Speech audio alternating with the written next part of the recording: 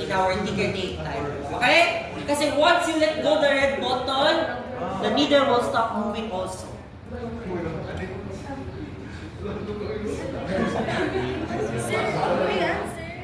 Again, do not let go of the red button unless the object finishes moving free.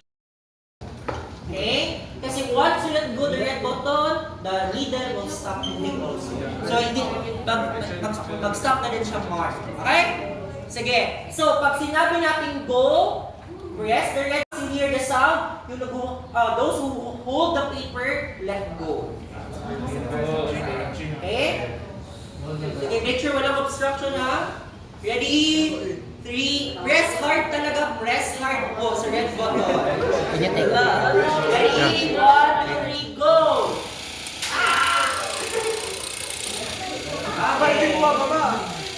Now, pick up the paper tapes.